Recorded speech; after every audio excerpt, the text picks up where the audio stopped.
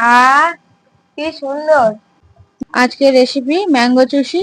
উপকরণগুলি হলো মিষ্টি পাকা ল্যাংড়া আম দুটো, চিনি, আতপ চালের গুঁড়ো, মিল্ক মিট। আমি আমের পাল্পটাকে বের করে নিয়েছি। এবার একটা ছাঁকনির সাহায্যে ছেঁকে নেবো। গ্যাসটা অন করে ফ্রাইং প্যানের মধ্যে পাল্পটাকে দিয়ে ফুটিয়ে নেবো।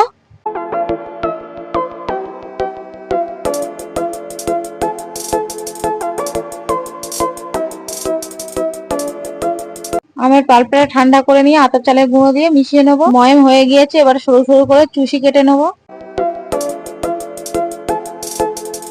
চুষিগুলো সব কাটা হয়ে গিয়েছে। গ্যাসটা অন করে ফ্রাইং প্যানের মধ্যে লিকুইড দুধ দিয়ে দিলাম। দুধটা ভালো করে ফুটিয়ে নেবো।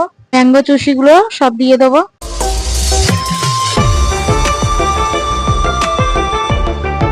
পরিমাণ মতো চিনি দিয়ে দিলাম। দিয়ে দিলাম মিল্ক মিট।